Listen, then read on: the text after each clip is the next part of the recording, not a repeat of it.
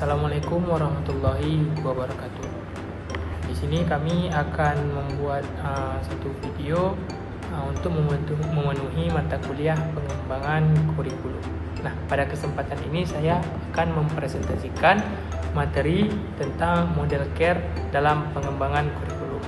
Nah, model ini membahas bagaimana komponen dalam kurikulum itu saling berhubungan untuk menciptakan proses pembelajaran yang lebih efektif.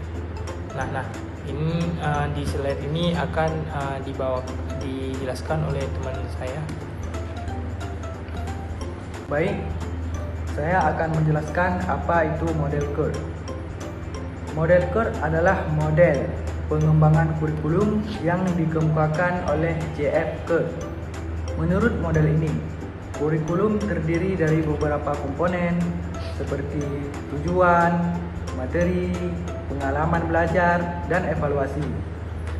Jika salah satu komponen berubah, maka komponen lainnya juga akan ikut menyesuaikan.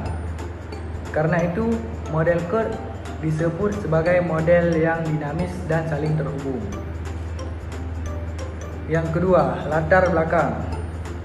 Latar belakang model CARE.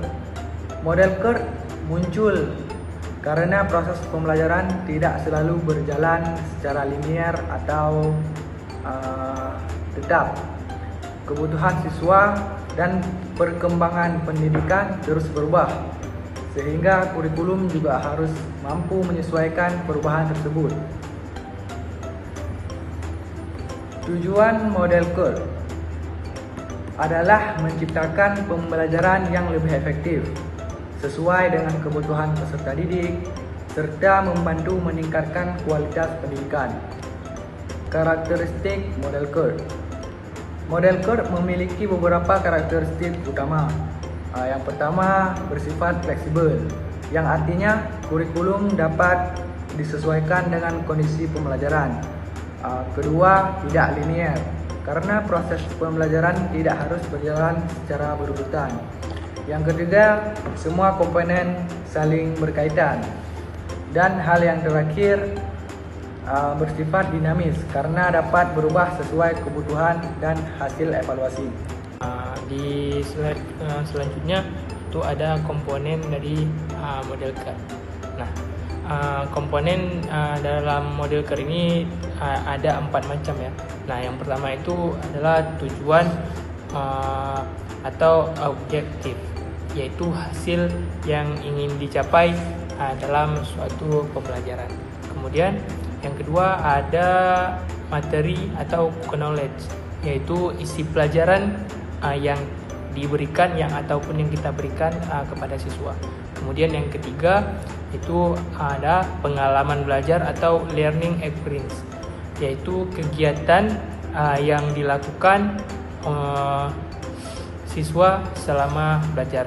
Kemudian yang terakhir itu ada evaluasi.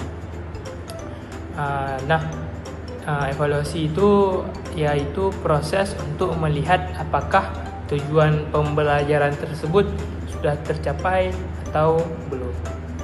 Kemudian di slide selanjutnya yaitu hubungan antara komponen. Nah, dalam model CARE, semua komponen itu saling mempengaruhi satu sama lain. Contoh, ya, jika tujuan pembelajaran berubah, maka materi pembelajaran juga harus menyesuaikannya.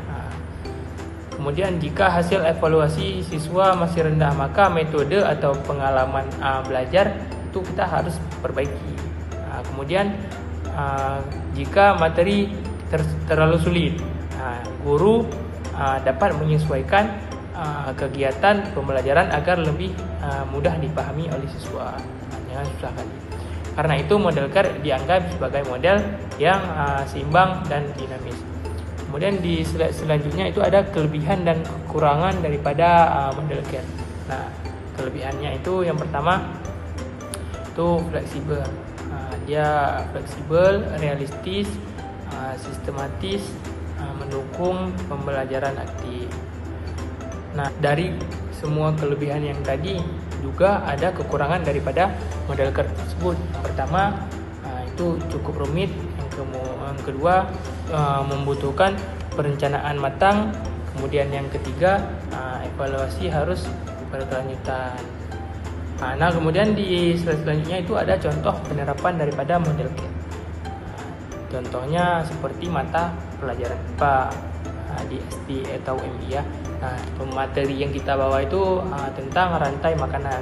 Nah, tujuannya apa? Tujuannya di sini untuk memahami hubungan makhluk hidup. Kemudian pengalaman belajar, diskusi dan membuat bagan rantai makanan. Evaluasinya gimana? Evaluasinya itu tes dan presentasi kelompok. Kemudian di slide yang terakhir itu ada kesimpulan daripada model CARE tersebut. Model CARE adalah model pengembangan kurikulum yang menekankan hubungan antara yang pertama tujuan, materi, pengalaman belajar, dan yang terakhir adalah evaluasi. Nah, kesimpulan utama daripada model CARE ini, semua komponen saling berkaitan untuk menciptakan pembelajaran yang efektif dan fleksibel. Kemudian di slide selanjutnya itu penutup dari kami.